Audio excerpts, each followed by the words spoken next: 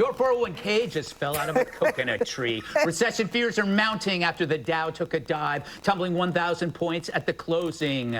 Team Kamala trying to spin the economic bloodbath as the fault of the orange man, or spoke, saying, quote, Trump failed Americans as prez, costing our economy millions of jobs and bringing us to the brink of recession.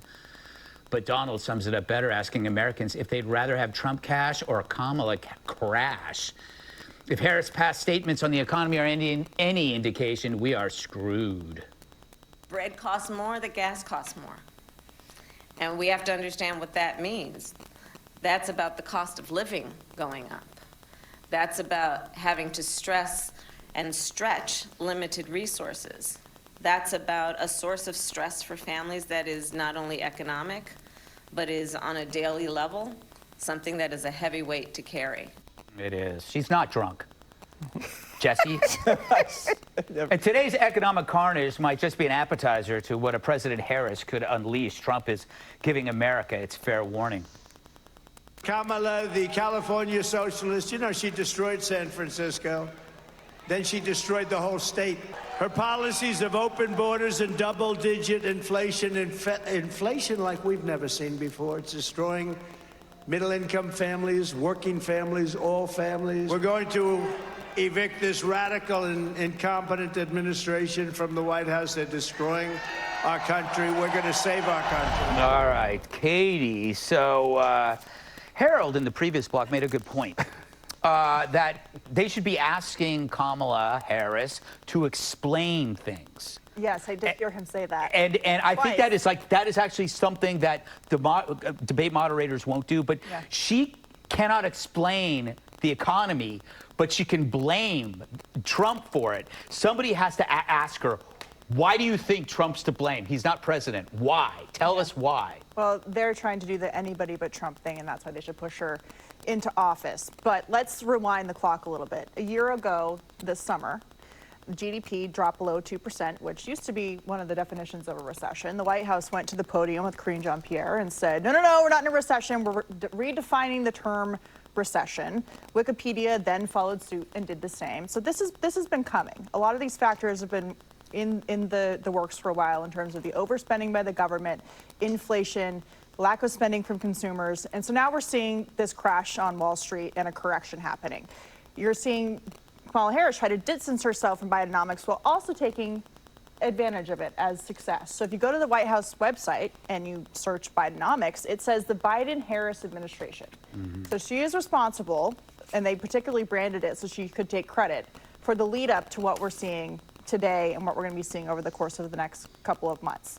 So everything that we're seeing, and her solutions in terms of the election, she offers a government program. She offers more spending, which causes problem. So Americans need to remember that when she offers more student loan bailouts, more government programs, more Green New Deal spending, that's just going to cause more pain for the average American. On the other hand, Donald Trump is winning on the election, especially in the swing states, because he has an actual vision for the future, one that she has not laid out herself. You know, Harold, as you know, I'm a financial expert. And we were talking about the stock market. It's, you know, as a proportion, it's not a huge drop, and it could be perceived as a correction, and corrections happen in the summertime, Harold. Am I downplaying this? And should I agree with you that it is Harris's fault? So just to put some of this in perspective, and you're right, you're largely right. This is July and August are challenging months sometimes for the stock market. I think today a number of factors I would add on to something, to Katie's point. I don't know if I agree with all of what Katie said, but there's certainly those elements are there. But one of the things that many investors are concerned about is that a lot of these companies are overspending on artificial intelligence, and that some of the companies' valuations have gone up over the last several months because of people's exuberance about that. But to give you a sense, when Donald Trump left office, the day he left office, the Dow was at 30,930. Do me a little favor, look up what the Dow closed today. The S&P 500 was at 3,798. I say this only to say that we are blessed to live in a country that if you invest in our companies, you believe in markets, that, it's one of the great things. Warren Buffett says it all the time, that never bet against America.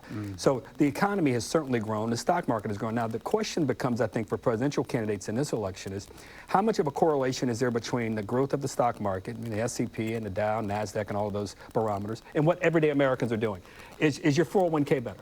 Are you able to pay your bills? You're more comfortable paying your bills? You feel like the next 6 months are going to be good? These are questions that I think in this presidential race are the most important questions that voters will face. But fortunately, things grow. Under President Biden, we've created 15 million new jobs. Not that we're going to be critical. Well, we can say we want to say, but those are, under President Trump, we lost 10 million You can't say it with a straight face. I can definitely say it with a straight face. You're conveniently leaving out the most important story, What's that? COVID, which affected the stock market and also the jobs. Can I ask you a question? You blame President Biden for inflation.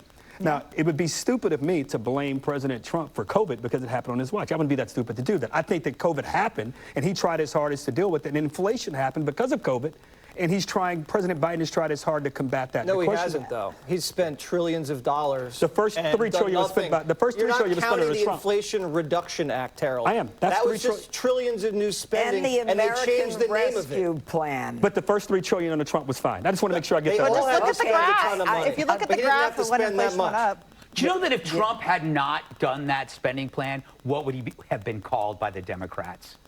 Right? I supported it, but you can't then support it and then complain about it. They both spent a lot of money, Harold. Everybody knows that. But they also raided the Treasury and handed it out to corporations and inflated this big AI bubble that's about to pop. And then they brought in 10 million new consumers from foreign countries that are spending like crazy and declared a war on energy. Now everybody's credit cards maxed out. They're taking second jobs because they can't afford it.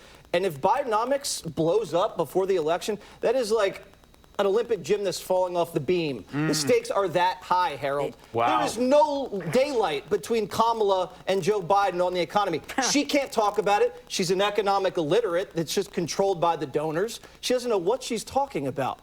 If I were Trump, I'd want to debate her to expose that. And two, if I didn't know any better, you sound like Reverend Jesse Jackson. It's black, Harold. Okay, just last week, Biden claimed that he cured the economy, and that's what his legacy should be.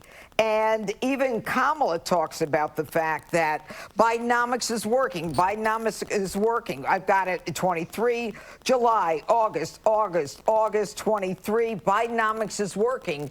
This is all Kamala Harris. Don't tell me she's not a part of it. She's promoting Bidenomics.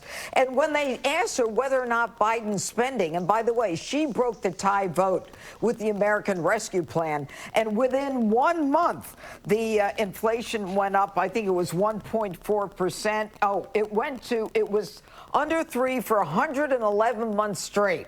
They signed the American Rescue Plan. Inflation in 1 month went up to 4.2%. But she's asked whether or not Biden's spending is going to create problems. And she said, well, prices have gone up, bread costs more, but we have to understand what that means. Gas costs more, and we take it very seriously, very seriously, very seriously. That's her answer.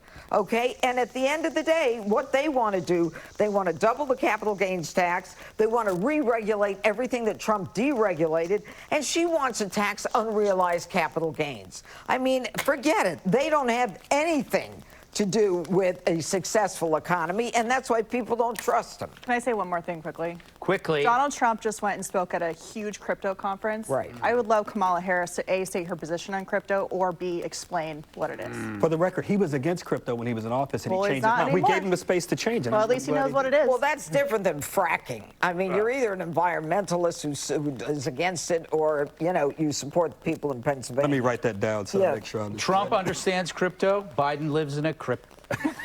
Ahead, the debate over the debates. Trump and Harris squabble over their summer showdown. Click here to subscribe to the Fox News YouTube.